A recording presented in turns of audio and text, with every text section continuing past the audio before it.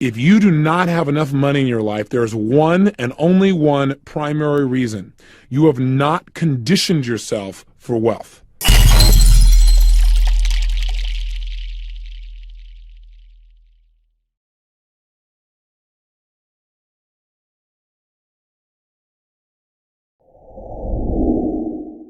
Unlocking the financial genius within you. I want to talk to you today about what I think it really takes to become wealthy in financial terms. Specifically, we're going to talk about today how to condition yourself for wealth.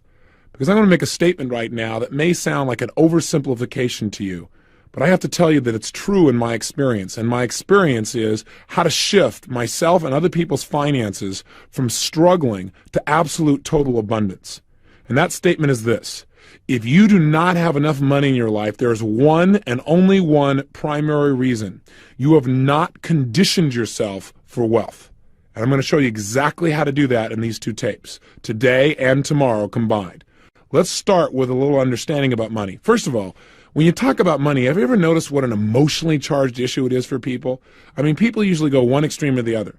Either it's like real positive for them and they get real excited, or they say, yeah, I want to be able to make some money. I want to make things happen in that area. Or you see the direct opposite extreme where people literally have contempt for it as if it was something evil or suspect, something that you should avoid at almost all costs. And that usually shows up, obviously, in their lack of economic well-being. Why is it such an emotional issue for us? Well, we could spend several days just analyzing all the associations that have been attached to money throughout the years, both in religious terms as well as in business terms, all the experiences that we've had. But the truth is, money is nothing but a representation, a means to measure the exchange of value between people. So one of the questions that I've asked myself is, why do so many people fail to achieve financial abundance in a country where financial opportunity surrounds us literally at every moment? It beckons to us. And yet most of us never do that. We never create the financial abundance we deserve to have. So I asked the question, why not? Why don't people succeed financially? Out of that question, I started getting some answers on my own, but I also started getting answers by going out and modeling some of the most successful people in the world financially. People that are in the 100 million to $1 billion class. I figured, hey, if I'm going to get some answers, these people can tell me. And I looked for people specifically in that area who have made it financially on their own. People have started with little or nothing, ideally. And by the way, there are many more than you realize. We live in a country where people can generate net worths of $100 to $500 million, starting with a little idea for a computer in their garage. Or where somebody can go to IBM as a young kid and become a billionaire by his mid-30s, in the example of Bill Gates. So there are lots of role models of unbelievable possibility. And you may say, well, that's not my goal. I can appreciate that. But these people certainly know how to create and build wealth, and more importantly, maintain it. You know, years ago, there was a book written called Think and Grow Rich, and I'm sure you've heard of it. You've probably read it as well. It's one of those very first books that I read when I first started reading personal development material. And you know, the book was based on the research done back in the early 1900s when Andrew Carnegie asked Napoleon Hill to actually make a study of what it takes to build wealth. And my own work in this area could be called Think and Grow Rich Today, because that is, in today's society, with today's distinctions and today's technology, what is today's approach to building wealth? What really makes the difference financially today? And what I found is there are certain distinctions that have not changed, because the building of wealth is fundamental. And so a big part of my research has been, what is the mindset of wealth? What is it that allows certain people to not only expect it, but find a way? What I've found is that most people, even when they learn how to do things, if you don't handle what we're going to do in these next two sessions, they usually sabotage it. Because most people have what I call wealth wounds. In fact, I'm working on a chapter for a book called Wealth Wounds, the 7 reasons why most people never make it financially and how to heal those wounds. And what I want to give you is a small preview here of at least some of those basic fundamentals right here in this program so that you can begin to use those right away. So the obvious question is, what is the number one reason why most people fail financially? And the answer is so simple that it eludes most of us. It's because we associate negative things to having excess money. In fact, the word excess by itself for most people is a negative. So I wonder why we don't ever have it. The very thing I talked to you about here earlier in this program, the thing that runs our whole life, is 2 things. What are they? Anything we associate pain to, we're going to avoid, especially if it's major pain. And anything we associate pleasure to, we're going to move towards. Now, you may again say, well, Tony, what are you talking about? Of course I associate pleasure to making money. Because if I had money, then I could really have more time to be with my family. I wouldn't have to work at certain things. Or if I had money, I could give certain things that are really important to me. Or I could support a specific charity I believe in. Or you know what? I could travel. Or I could just do whatever I wanted as quick as I wanted. Or I could have the ultimate wardrobe or jewelry. Or I could have favorite cars or homes whenever I wanted them. Or I could learn to fly or master any skill or hire the best teachers, the best coaches. Of course I want money. If you don't have it, you're right. You do want it, but not bad enough. Because while you want it, you have an approach avoidance. You also simultaneously have all the negative associations. And we alluded to these earlier. I don't know if you remember them, but I want to remind you, repetition being the mother of skill.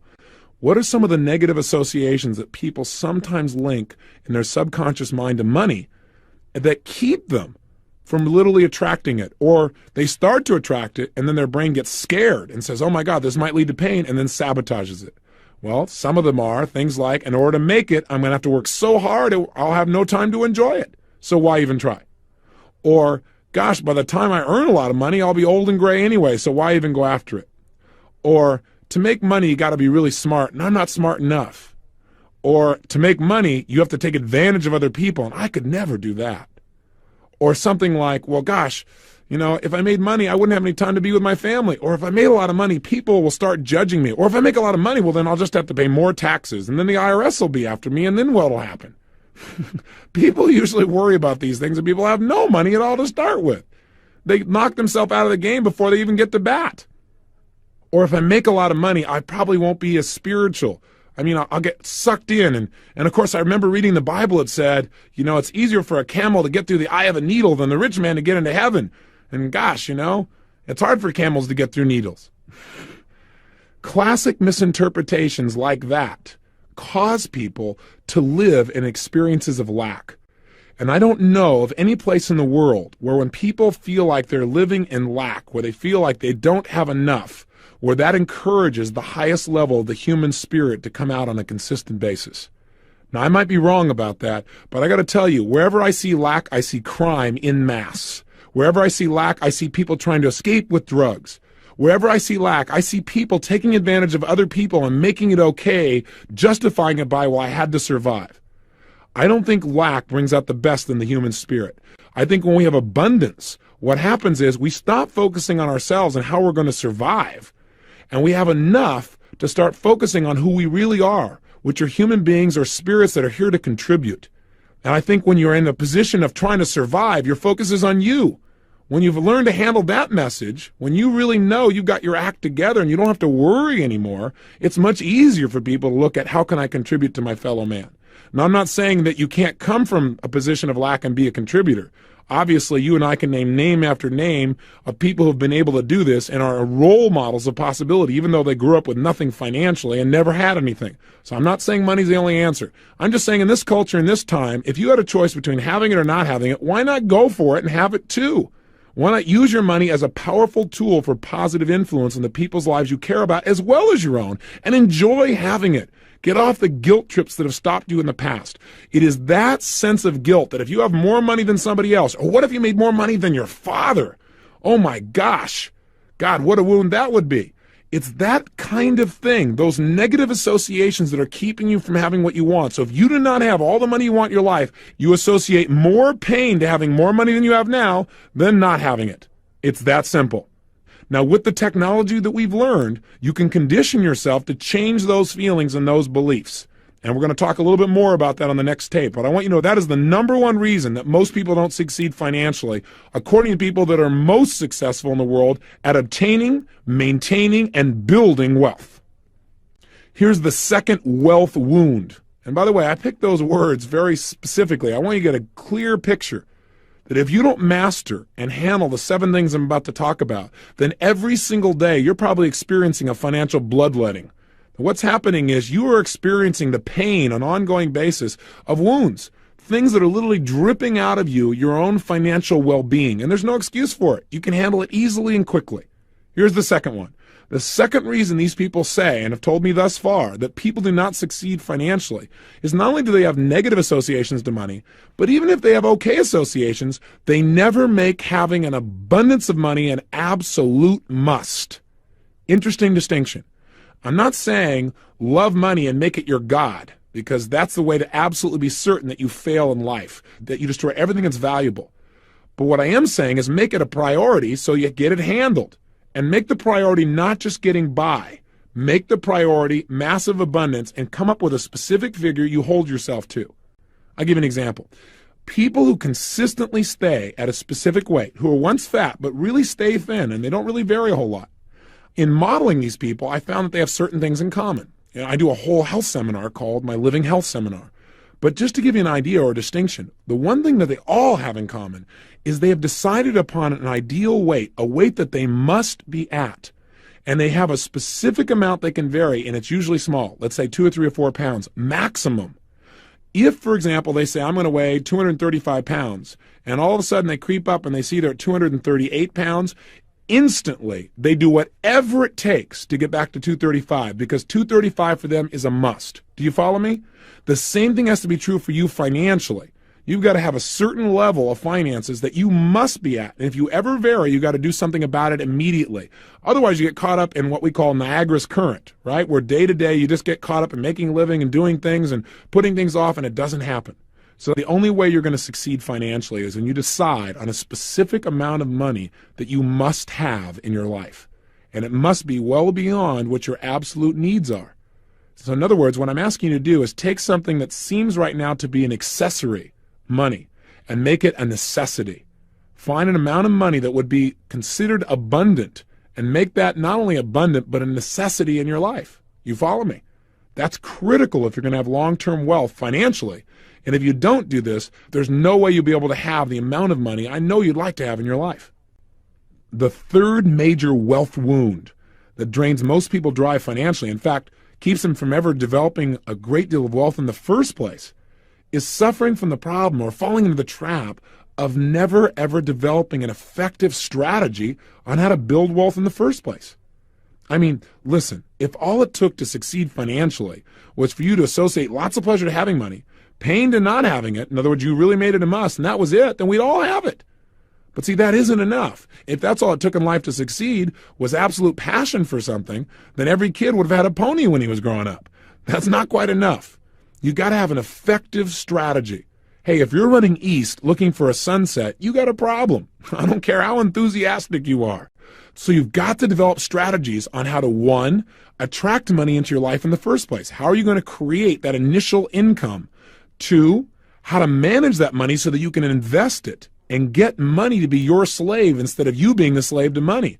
In other words, get your money to make you more money. So it's not taking more of your time and physical effort, but where you literally begin to leverage yourself. And then three, strategies on how to share money. So it gives you a tremendous amount of joy. Because to me, that's a strategy that's critical also. Otherwise, why are you going to keep getting it? Your brain has got to link pleasure to it or it won't continue to work for it. And if you can learn to share it with people, I've found that, yes, giving yourself things is fabulous and you should do that. But if you can also share that, it'll give you even more joy. It'll give you all those pleasurable feelings you've really wanted. Those are three strategies that are critical. So how do we go about mastering these strategies? Where do we come up with this? I mean, we weren't taught this in school, that's for sure. No one said, hey, take Wealth Building 101. So how do we go about it? And the answer is simple. We use modeling. You remember one of the things I talked to you about earlier that has helped me to be effective in various areas of my life has been getting role models, finding people that are effective and finding out exactly what they do. That's all you have to do in this area as well. You need to find people that are successful financially and find out exactly what they do on an ongoing basis that creates that success. In other words, they aren't just lucky. In order to get this result, they're doing certain things on a daily basis, and it's a lot simpler than you can imagine. Hey, I turned my entire life around financially in less than 12 months. I was the guy in that 400 square foot bachelor apartment. 12 months later, I had $1 million net worth. That's not a small turnaround. I moved from my little 400 square foot bachelor apartment to my castle. All of that came from modeling successful people financially. So there are lots of strategies. In the short few minutes that we have here, I can't obviously cover all those strategies with you in this tape. That is a study within itself. But I will tell you this. If you're interested in developing absolutely effective plans on how to start from literally zero or a small amount of investment and build significant wealth, financial abundance in your life, that's specifically what a good portion of my life has been focused on, and I've interviewed and developed the strategies and modeled the strategies of some of the most successful people in the country, and I know how to put it across simply. So if you want to know about that, please do call us because we do seminars on that specifically. And you don't have to come to our seminars. There are other people's too. There are other books. Or you don't even have to go to any seminars. You can go and meet these people directly and model them yourself. You can find people in your own neighborhood, people around you who've done extremely well, and find out exactly what they're doing that makes it work. Become like an investigator, become like a hunter, and your prey is now wealth. And what you're going to do is stalk it. You're going to study its habits. You're going to notice where it goes. Really follow this prey. And then don't kill it. Make it your pet. Take it home. Make it your friend. Take good care of this pet, and this pet will take really good care of you. Gosh, if you can make earning money and developing wealth fun, you can't believe what will happen in your life. It doesn't become your whole focus, but it becomes a part of what creates joy for you in life. And while you're doing it, by the way, you're adding value to other people's lives. Because the only way you can possibly make money is to create an exchange of energy and value for other human beings. That's the only way it can be done. And by the way, once you've really studied and you have developed a plan to develop wealth, the only thing you're going to need in addition is a good vehicle. And again, part of your plan should be how to get that vehicle, how to develop something for you so that you're earning money even while you're sleeping. How would you feel then? Instead of feeling like every day there are things you had to do just to keep up, just to support your family, just to have a certain level of lifestyle. So developing not only a plan, but the right vehicle is very, very important. And again, that's things that we teach and things you can learn on your own by modeling other people. But that is wealth wound number 3, failure to get an effective strategy for consistent wealth building. Here's wealth wound number 4. This one's pretty simple. Failure to consistently follow your plan once it gets set up. See, there are people who actually have developed a good plan. They've got some good role models. They worked really hard. They've studied finances, but they don't get themselves every single day to follow through. Like, for example, I'm sure you've heard about all the different kinds of programs where people teach people how to get rich overnight. And you know what? Some of them really would work. A lot of them don't, obviously. A lot of them are scams. But some of them really do work. The problem is people don't work them. They go to a seminar and they learn how they're supposedly going to build something financially, but they never follow through. It's mind-boggling. But the problem is they don't have what we're teaching you, which is how to get yourself to follow through, how to condition yourself so you consistently take those small steps that create huge financial abundance. I mean, one of the simplest examples that I can give you is one you probably already know about, but the question is, have you followed through on it? And that is the whole principle of compound interest. You're familiar with it, aren't you? Gosh, if you're not, you need to introduce yourself to the principle. What it basically says is this: if you take a certain amount of money and you set it aside, and all you do is allow that money to continue to bring you interest, in other words, you lend it to a financial institution or make a simple investment, a very secure investment, and you get a return of, let's say, 10% or 16%. Now, by the way, when I say that to some people, they say, oh, you couldn't get a secure investment at 16%. They simply don't know the strategies. There are people whose net worths are over $100 to $500 billion who will tell you that anyone, even with a very small amount of money, can earn over 20% annually on their money in a very secured way. In fact, that's part of the strategies that we teach in our money seminars. But the point is, let's just say you took a small amount of money. Let's say, for example, $325 a day, $100 a month. And all you did was invest that and got 16% return on your money. And all you did was do that every single month. In other words, every day you followed your plan. You put a little $3.25 away, $100 a month, and you invested it at 16%. What does that mean if you don't take that money out and you really stick to your plan? Answer: after 5 years, what you have is $8,000. After 10 years, you have got $21,000, just at $100 a month. After 15, over $41,000. After 20 years, you got $75,000. And after 25, you've got over $125,000 by investing $100 a month. Now, maybe that's not going to make you wealthy within 25 years, but we're talking about a simple little thing you could do every day that would be absolutely painless. Hey, let's say you decided to be a real big spender. You said, I'm going to be a major investor. I'm going to put a big $6.50 away a day. That's right. I'm going to cut down on a few Pepsis. I'm going to cut down on a few boxes of cigarettes, whatever it is that you'd spend that on, and I'm going to actually put that away and invest it each month. That's a whole $200 a month in investments. Again, at 16%, check this out. After 5 years, at only $200 a month, $6.50 a day, you've got almost $19,000. After 10 years, without touching it, simply $6.50 a day, investing it the way we would teach you to, real simply, you'd have over $60,000. After 15 years, $150,000. After 20 years, over $350,000. After 25 years, you have just under $1 million just by putting aside $6.50 a day. See, the biggest reason most people don't make money is not because they can't figure out how to do it, but because they don't follow through. They don't do those simple little daily things that can make them successful. And again, this is not the only way to be wealthy. This is just a nest egg. This is not learning all kinds of active strategies. This is not learning all the ways you can build wealth through additional income. This is just taking the small amount of resources that any human being can virtually get their hands on, and you can develop it.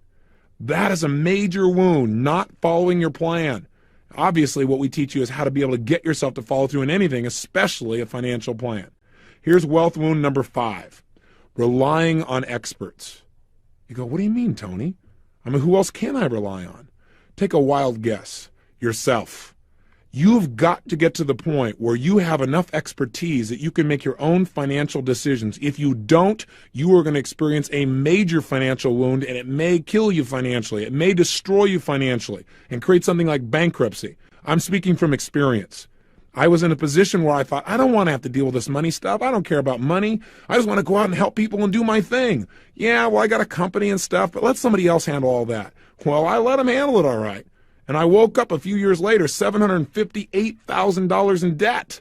I mean, try that on for size. When you've been working and doing 270 seminars in a year, every day giving 100%, caring about people and not paying attention. And I got good advice from good people. But the bottom line is they gave me advice that wasn't effective. You've got to know. I'll tell you another area you better become an expert in, and that's taxes. Because the tax laws are changing so often, and even the experts who are supposed to be able to tell you exactly what to do can't agree. So either you give up and hope everything's going to work out well. The IRS won't buy that. If there's a problem, they're going to come see you, not your accountant. So if your name's on the line, you better know what's going on there. Otherwise, you could get yourself in big trouble. And if you know what's going on, you can pay the appropriate amount of tax and not more than the appropriate amount of taxes that are out there as well. Hey, listen, you want to know how important taxes are? 1/3 of all the wealth you're going to earn in your lifetime goes to the government in taxes. 1/3. Best you learn to manage that effectively and not overpay. That's not being intelligent. That's not being patriotic. Listen, if you want to help your community, take that money and invest it directly in a charity or something you really care about directly. Don't overpay simply because you don't know what the rules are. Just remember, you're going to spend more money on taxes than you'll spend on your children's college education or virtually any other investment you're going to make in your life. So it makes sense to understand this area. Again, I'm not saying just go out and only be a self-study and don't get any input and don't get any advice. I'm saying bear in mind that the decisions that you make financially are your decisions. You will pay the price or you will reap the rewards. So best you understand them. Wealth wound number 6, financial complacency. Hey, if you want to make sure that you absolutely fail in life, the quickest and easiest way is to begin to rest on your laurels. That is to get so comfortable that you stop paying attention. You stop doing the things that are necessary that create success. It happens with your physical body where you start to take it for granted. You don't exercise anymore and whammo, you pay the price. It happens in relationships. You go, well, the person knows I love them, and you stop expressing it, and all of a sudden the relationship begins to deteriorate. There is a law of life that we must never forget if we want lifelong success, and that is whatever you fail to use, you lose. Remember the Bible story of the talents?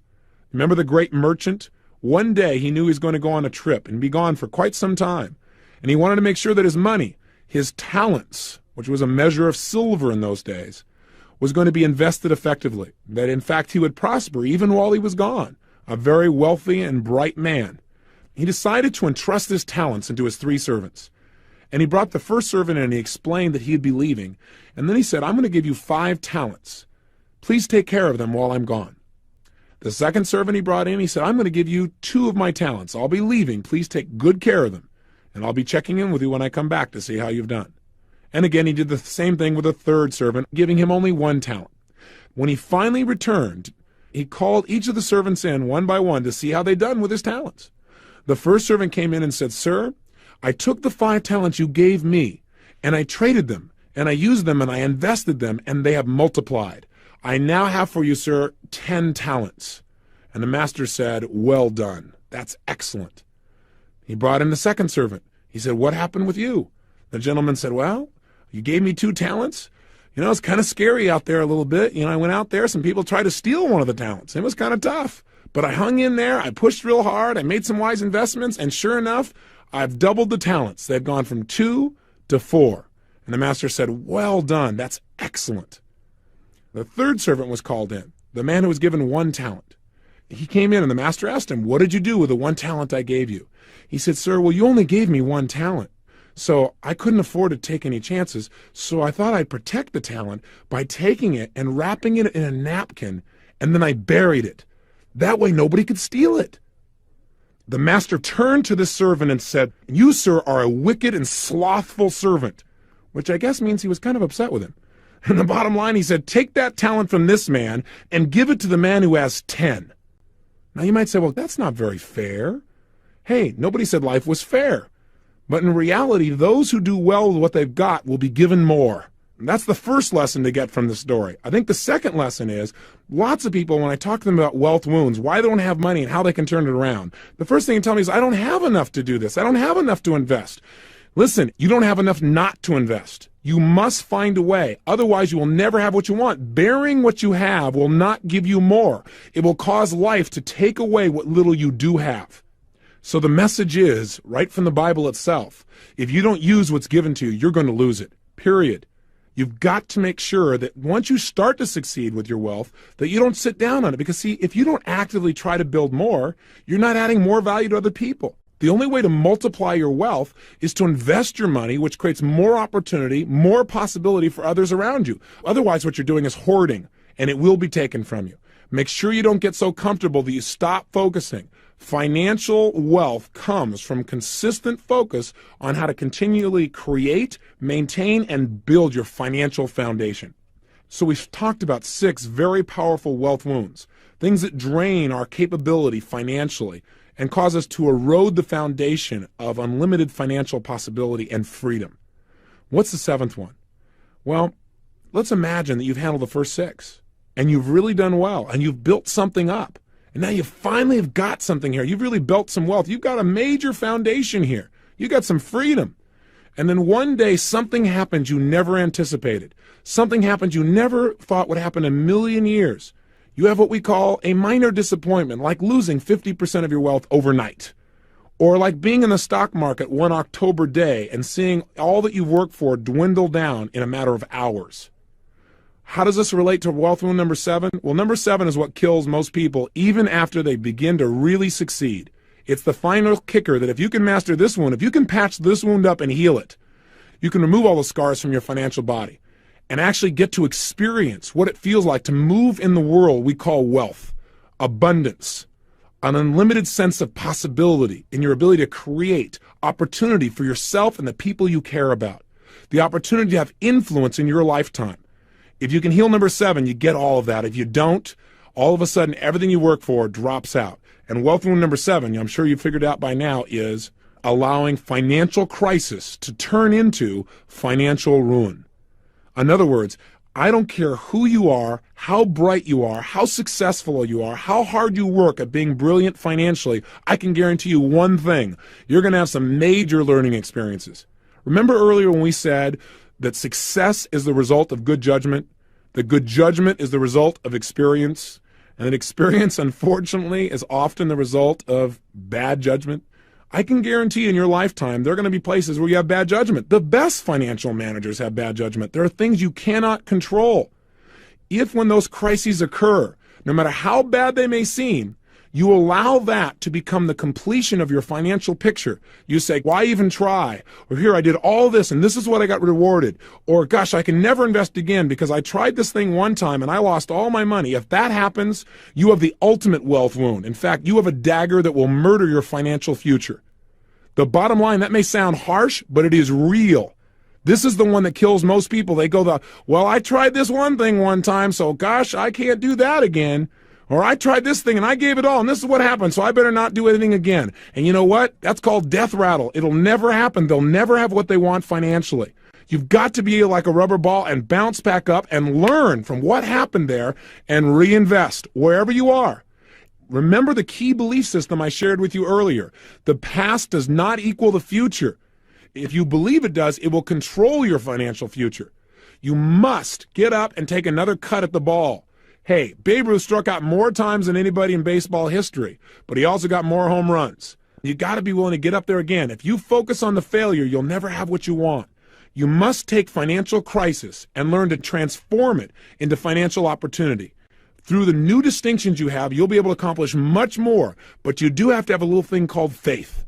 And I know that doesn't sound like a financial term, but the bottom line is without it, you'll never make an investment in your life and you've got the ultimate wound. Every religious book on the planet talks about the power of faith. With the faith of a mustard seed, what you can do. I'm not talking about blind faith. I'm talking about learning from situations and then taking new action in a direction that makes sense. You must heal the seventh wound in order to ensure your future and create ultimate financial freedom. It's within your grasp. So what I've offered you today in this tape is a very clear look at the reasons for financial failure. What I want you to do now is to handle these things in advance. The time to handle a problem is before it ever comes up. And so what I want you to do as your exercise for today is to condition yourself for wealth. How? By understanding the 7 fundamentals that make the difference between financial success or ruin. You now know them. Let's begin to implement them. I want you to take out your success journal right now, and I want you to use these 7 distinctions to give yourself a financial checkup. See if there's any place where you're wounded, where you need to heal yourself, and quick. How do you do it? Start with number 1. Ask yourself specifically, what are some of the beliefs that I have that are probably keeping me from increasing my personal wealth, from attracting financial abundance? What are the beliefs I've got about that are probably holding me back, making me feel like, oh, God, that wouldn't be right? What are they? And identify them. Question number 2. Remember we said the reason people don't succeed, they don't make having financial abundance a must. Financial survival is a must, but not abundance. So ask yourself the question, do I have a specific amount of money that I have selected that is well beyond my bare necessities? Something that would represent massive financial abundance that I absolutely am committed to having, that I have made a must. And if not, you need to design that number and you need to get yourself to make it important enough that you will make this happen no matter what. 3, do I have an effective strategy to build my wealth and to absolutely achieve those goals and surpass them? If the answer is no, I want you to commit to do something today to find out more. Write somebody, call somebody, talk to somebody, and find out what are some initial steps you can get to master your finances. Don't put it off even one day. This is critical. 4, practice what we're talking about here. Get yourself, once you have the plan, analyze. Have you in the past gotten yourself to follow through consistently? If the answer is no, please use what you're learning here on how to get yourself to follow through, to use your personal power, and just do a little bit each day, just like we're doing here. We're taking things a little step at a time each day, but each day builds on the day before. Give yourself that benefit. Question number 5. What do you need to learn so that you can make the financial decisions in your life with good input? But what do you need to learn about taxes, etc.? And actually make a list of the things you don't understand and go find someone who can give you those answers. 6. Gosh, I'm giving you a lot of work here, aren't I? I've gotten carried away here. But this is an important subject, and I want to make sure this gets handled for you because I see so many people that have such a great life, emotionally and mentally, and their family, and I see them in so much pain because they just haven't handled their money. It's so insane. You know, you've got to handle this thing. I hope I've gotten through to you on this. And I've given you a lot of homework. Just do it, okay? All right. 6. 6, just write yourself a sentence or two that makes it really clear why you're going to continue to follow through, even when you start to succeed, where you won't get caught up in going, well, I'm doing pretty good, where you'll keep a financial vigil. Don't do what I did. I had to learn the hard way. Learn the easy way. Pay attention to your finances consistently. Don't just, get comfortable and allow things to dwindle or give up the power to somebody else. And finally, number 7, develop a belief within yourself. And when I say this as homework, I'm asking you to develop or write a belief that'll support you. But if I was going to tell you what it is for me, develop a belief within yourself that no matter whatever happens financially, that who you are personally is much bigger than anything that could ever happen to you financially, bigger than anything that could happen to our economy. I know that there was a point when my whole financial world looked like it was in absolute ruins, that it was over. It looked like I was going to lose my home, my castle, after working so hard, lose the business that for me was like my child. I'd given everything to. And I remember my wife and I sitting down at Christmas, right when we'd gotten some of this fabulous news that said that, everyone was telling us we'd have to go bankrupt because of this unique interlude with a partner. And I remember sitting down with her and saying, honey, I said, maybe this is a test. Maybe this is a test to see whether or not we've gotten hooked financially, where that's really what's most important. And I said, what's most important to me is our relationship. No matter what happens, we've got that. We've made this money and we could do it again. We might have to start over, but who cares? We had a lot of fun building it. We could create it again. She said, you're absolutely right. And for a few minutes, we just hugged each other. We cried a little bit, we hugged each other, and then we felt incredible. And I waited a few minutes and I thought, now that we know that, let's not go into financial ruin. Let's not prove it financially. As long as we really know that in our gut, let's turn this baby around. And we got on a horse and we did it. And I'm telling you, it was one of the most powerful experiences in our life of being able to absolutely take control of adversity and turn it around. So I offer you the same opportunity. Develop a belief in the core of your being that you are more than finances, clearly. As hard as I pushed you to really take care of this, equally hard, get clear that finances is not the game of life, but it's one of them. And the reason I stressed it strongly with enthusiasm is because I think it's the one that most people concentrate on least and creates the most amount of pain. Because getting in a relationship, most of us figure out how to deal with. Getting a chance to handle our physical body, there are a zillion books on dieting, everybody's trying one next week. But how many people really spend the same amount of focus on their finances? We know the answer. Again, 95% of the United States at age 65 is either dead broke or dead. You don't want to be one of these people. So let's make sure that this is a brand new beginning for you. Let's make sure that today you take some new action.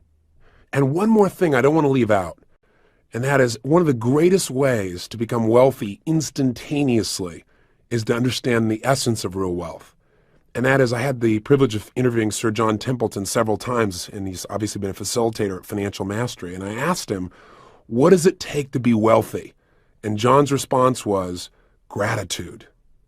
I thought, wow. He said, yes, Tony. He said, think about it. How many people you know who have an immense amount of money, but they're emotionally poor? They live in worry. They live in fear. They're angry all the time. He said, when you are grateful, it doesn't matter how much money you have. When you're grateful, you're rich. And no matter how much money you have, when you're not grateful, you're poor. I thought, how true. And so let me tell you a way that I use to keep that gratitude, because I have the unique privilege in my life now where I don't ever have to work another day of my life. It's an amazing feeling. So that you only do things because you're passionate about them, because you love them, because it taps into your 6 human needs. You start to feel like you can really contribute and grow and make a difference. Because I had the experience very young of the stress of not doing well financially for my family. I'm talking about when I was a child, and we had a Thanksgiving where someone came and delivered food to our home. And my father was upset by it because he felt insulted. But I'll tell you what came out of it for me was unbelievable gratitude and the desire to give something back. And it's a big part of what's driven me ever since. And so one of the things I started doing when I was 18, I didn't really have any money, but I said, I want to give back. So I went out on Thanksgiving. Instead of just eating turkey, I just said what I'd do is I would go out and I would be grateful. And the way to do that for me was Thanksgiving was to give thanks, to actually give back to others. So I went and fed 3 families. Actually, I had 2 families the first Thanksgiving, and then it became 3 for several years. And I went as the delivery boy, so I wouldn't be insulting to them. And it was the most incredibly rich experience for me because it reminded me, number one, that I was capable of not just taking care of myself, but taking care of other people too. It reminded me of what the best parts of me were, and it made my life feel like it came full circle. And that's grown, as you might guess, over the years as I became more successful. I got my friends involved, and then many years ago I created the Anthony Robbins Foundation, and now we feed 125,000 people in 65 cities in the United States and Canada, and now there are programs overseas as well. So my point is, I want to invite you, no matter how tough a situation you think you're in, remember someone else is doing worse. Someone's in a tougher place. Your worst nightmare financially is someone else's greatest dream, especially if you travel to other countries in the world. So one great way to change your financial consciousness, if you would, to change this old patterns, these old associations, is go do something. Go do something in the next 3 or 4 days for someone you don't know. Go do something where you give, even if you feel like you got nothing to give. Give of your time, give of your energy, give of your money. Because when you do that, you teach your brain that there's more than enough. And that'll start to make you feel grateful. It'll make you feel like you're contributing. And that'll make as big a change as any other form of neuroassociative work you could ever go about. So really, don't just think about this. Go do it. Go do something. Either go and work just for an hour at an old folks home, or go and talk to somebody who wants a friend, or go and commit a small amount of money, no matter how tiny you think it is, and make a difference to something you believe in. Or take your kids and go down to the shelter and just spend an hour feeding people. Do something good. And I think you'll begin to feel like, hey, I deserve to do well. And I'll tell you one other belief I have, one final one. I used to struggle so much with doing well financially, and I'd sabotage it and so forth, till one day I thought, you know what? Receiving is evidence you've given consistently. If you're receiving a lot, it's not luck. It's sowing and reaping. And if you keep sowing good seeds, you're going to reap. But you know what? Sometimes you sow good seeds, but because of your mentality of mixed associations, you basically don't reap. You just let the new fruit, the new value, the new benefits are available to you. You don't notice them, so they die on the vine. You've got to make this change. When you do, your life not only will change, but all the people around you that you can touch can change. Because you remember something. You cannot give that which you do not have. You can't give money if you don't have it. You can't give time if you don't have it. And if you get this area handled called abundance, the richness of your life just jumps. And you'll find that all this is synergistic. When you do well in finances, if you've worked on the other things we've talked about already, you're going to get some real synergy, some real momentum, and everything gets better. So please take this seriously, focus on this. And if you're looking for tools, like you say, okay, Tony, I've made the mental change, how do I go about making this work? Well, then let me give you a commercial. Come to Financial Mastery. I mean, I know I sound like I'm promoting it. It's because I guess I am, because I really believe in it from my heart and soul. We got people from 42 countries who come together. Some are incredibly wealthy. Some have to borrow the money to come to the program. But we spend 6 days together, day and night. And we not only change our mental consciousness around money, we show you flat how to earn more than you ever have in your life. And then how to keep it. And then how to invest it. And then how to enjoy it. You go, teach me the first ones, Tony. I can figure out the last one, right? But really how to enjoy it by giving and using it effectively, and how to protect it. So in this litigious society, somebody doesn't come and take what you've earned. And how to create a plan from wherever you are today to where you're truly financially independent, where you never have to think about money again, where you don't ever work a day of your life except because you want to, not because you have to. And that's really what we teach there. So I haven't held anything back on this tape, as you probably have noticed. But I want to plant that seed because there's nothing like spending 6 days and nights with 29 multimillionaires and a billionaire and have them tell you how you do it. Because, they show you, see, man, if that guy can do this, if I can see this guy over here who started with zero in a trash can and he built Hawaiian Tropics and they're doing hundreds of $1,000,000 a year and he didn't have any business background and any training, just like me, maybe I can make enough to pay my lousy bills, right? Maybe I could have more money instead of more month at the end of the money, Maybe I could make a shift in that area of my life. And I just want you to have that. So whether you get it from me or somewhere else, get it. And if you're looking for investment advice, there's so many choices around. I'll tell you who we bring to Financial Mastery, Sir John Templeton, Peter Lynch, the best in the world. But I'll tell you who else we bring. We bring the Beardstown ladies. Have you heard about them? They're these grandmas. They're in their 60s and 70s. They come from Beardstown, Ohio, and they formed a little investment club. And together, over the last decade, they have a larger return on investment than most investment advisors, most financial traders in the whole world. They've averaged 25% over the last 10 years. Can you imagine?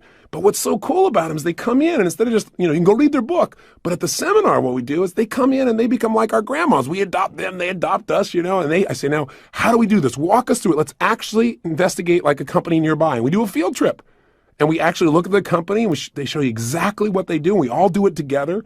And what's really neat is like one of them gets up and says, now let me explain to you why investing is so much easier and so much more fun than knitting. Right? And she goes, no, really, it's much easier. Let me show you how. It is so cool. So, and then you leave with your own computerized plan of how to achieve your goals based on your goals, not what someone else has laid out for you. So anyway, I'm giving you a bit of a commercial here, but all I'm trying to say to you is two things. Get a plan. If not with me, get a plan somewhere. Change your associations. And one of the most powerful ways to do that, besides everything else we've talked about, is contribute. Go do something for other people. Just prove to yourself there's more than enough. That's what changes people's lives. And by the way, if you say, well, I don't have the money to help somebody else. Bull. I'll tell you how I got to meet my wife. She was in an audience where I was doing a, quote, free guest event. This is back in the early days of my career. And someone raised their hand and said, well, I'd like to go to that seminar of yours because I think it would teach me a lot. But I don't have the money.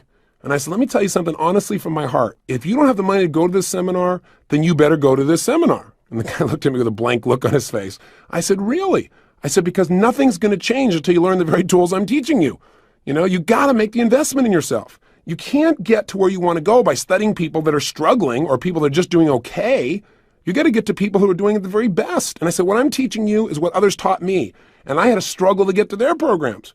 But I said, it really make a difference. And you know what? My wife said, I got to find out years later, she said, I wasn't going to go to that seminar. But when you said that, I thought, I don't have the money, but that makes sense. So I say to you, if you say you don't have the money to go help somebody, you can't afford not to. You can help somebody.